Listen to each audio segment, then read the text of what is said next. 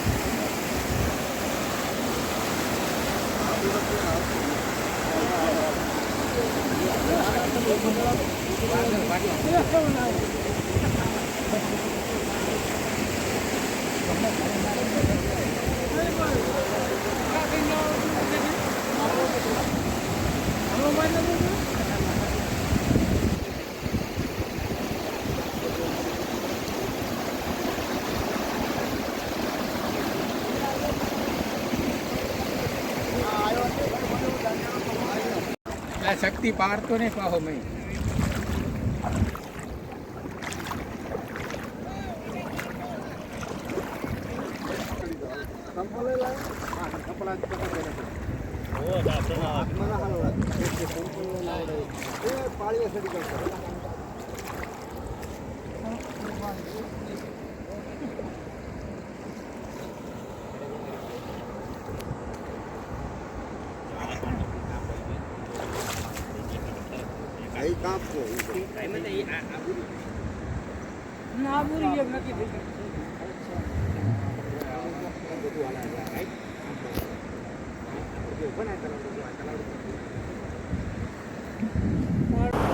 અમદાવાદ જિલ્લાના વિરમગામ અને નળકાંઠા વિસ્તારમાં પડેલા ભારે વરસાદથી તારાજી સર્જાઈ છે। આપ જોઈ શકો છો અત્યારે સીધા દ્રશ્યો કે સંદેશ ન્યૂઝની જે ટીમ છે તે ગ્રાઉન્ડ ઝીરો પર પહોંચી છે અને ભારે વરસાદને કારણે જે નળકાંઠાનો જે મોટો ડેમ આવેલો છે, ચેક ડેમ આવેલો છે થુલેટા ગામનો, જે વર્ષો જૂનો છે અને પ્રથમ વખત ભારે વરસાદને કારણે જે ડેમ છે તે પાણી જે છે તે તમામ આજુબાજુના ખેતરોમાં હજારો એકર જમીનના ઊભા પાકમાં ફરી વળ્યા છે અને મોટા પાયે નુકસાન સર્જાઈ રહ્યું છે। ત્યારે અહીંના આપણે જે ખેડૂત છે તેમની સાથે વાત કરીશું કે કેવા પ્રકારનું નુકસાન છે અને કેવા પ્રકારની જે માંગણીઓ કરી રહ્યા છે।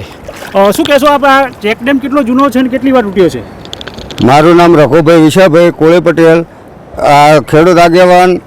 આ ડેમ જે છે તે 1957માં બનેલો હોય અને આ પહેલી વાર અમારી હાંભરણમાં તૂટ્યો હોય અને આ તૂટતા ઉપરવાસનું જે પાણી આવ્યું આપણે એ ઉપરવાસના પાણી આ જે ધક્કો માર્યો અને ડેમ તૂટ્યો એમાં હજારો એકર તમે કીધી પણ હજારો એકર નહીં, હું તો એમ કહું 5000 એકર જેટલી જમીનનું નુકસાન છે। એનું કારણ છે કે એરંડા, ડાંગર, પછી જુવાર વત્તા કપાસ અને એરંડા આ બધાને એટલું નુકસાન હોય તો ખેડૂત કોઈ બેઠો નથી થઈ શકે એવો। એનું કારણ છે કે આ જે ડેમ ફૂટ્યો એમાં જો જે ઘોડા, વાસણ, વાંસવા, થુલેટા, અસલગામ, જેતાપુર, પછી કરણગઢ, નાની કિશોલ, રૂપાવટી, કાયલા, વેકરિયા, શાહપુર, સુરતગઢ અને છેલ્લું ગામ અમારું વાસણ સુધીનો આ જે પટ્ટો હોય એ આખો લઈ લીધેલો હોય તો આ જે ઉપરવાસનું પાણી આવ્યું એમાં ખેડૂત બે હાલ થઈ ગયા હોય તો તાત્કાલિક આપણી સરકાર છે અને હું બીજેપીનો છું તો જનસંઘ વખતનો હું તો તાત્કાલિક ભૂપેન્દ્રસિંહ કાકાને કહું છું કે તાત્કાલિક આમાં હે ને અમને સહાય આપો, કારણ કે 44,000 આમાં સર્વે કરે એવું તો કંઈ છે જ નહીં. તમે જોઈ લો, જ્યાં જોવો તે નજર નાખો ત્યાં પાણી પાણી પાણી. અમારે જો કે 40 થી 50 60 મકાને પડી ગયા પણ જાનહાનિ કોઈ થઈ નથી. અને આ જે સંદેશ ન્યૂઝ આવ્યા આજે અને આવ્યા એટલે અમારે આ બધું ઓલું કરી અને અમારે ખેતરની અંદર આમને તપાસ કરી અને ખેતરની અંદર જોવું હોય તો જોઈ લો. આ વેળિયા કાઢું હું કે આ વેળ્યું જો કંઈ રહ્યું નથી.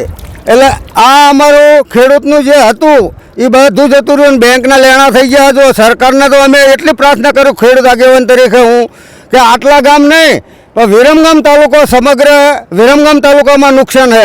તો જો વિરમગામ તાલુકાની અંદર અમારે જે સાણંદમાં જે અમારે સહકારી મંડળીની અંદર જે તે દેવા નાબૂદ કર્યા હતા એવી રીતે જો અમારે થઈ જાય તો અમારે તો ખેડૂત હે ને કે સરકારશ્રીને અમે માનવી છે ને હું જનસંઘ વખતનો છું એટલે 86 સાલનો હું તો અમારું આટલું સાંભળો. જય જવાન. અન્ય એક ખેડૂત સાથે વાત કરશું. ગામમાં કેવું પ્રકારનું નુકસાન છે અને કોળા ગામની પરિસ્થિતિ શું છે? કોળા ગામની અંદર પણ ગામમાં પાણી ઘૂસી ગયેલું છે અત્યારે હાલ. અને ધુલેટા ગામમાં જે મોટું નુકસાન થયેલું, ઘર વખરી તમામ અનાજથી માંડી ખાવાનું અનાજ પણ પતી ગયેલું છે, બધું પલ્લી ગયેલું છે. કોઈ પણ પાડોશમાંથી લાવી ગામના સેવા કરી રહ્યા છે અત્યારે અને ખવડાવે પીવડાવે છે. એટલે સરકારશ્રીને હું તાત્કાલિક વિનંતી કરું છું કે આમના ઘર બેઠા થાય, તાત્કાલિક સહાય આપી અને તાત્કાલિક એમને બેઠા કરવામાં આવે એવી મારી સરકારશ્રીને વિનંતી કરું છું. કૃષિ મંત્રીને અને કહેવા માગું છું કે જાહેરમાં અત્યારે જે સંદેશ ન્યૂઝ આવ્યું છે અને જમીનની હકીકત બતાવી રહ્યું છે, એમનો ખૂબ ખૂબ આભાર છે કે આટલા પાણી વચ્ચે આવી અને એ ભાઈ રિપોર્ટર આપણી સેવા કરી રહ્યા છે. એટલે તમામ સરકારને કહેવા માગું છું, સરકારમાં બેઠેલા તમામને આ ધુલેટા ડેમ લગભગ 1957માં બનેલો.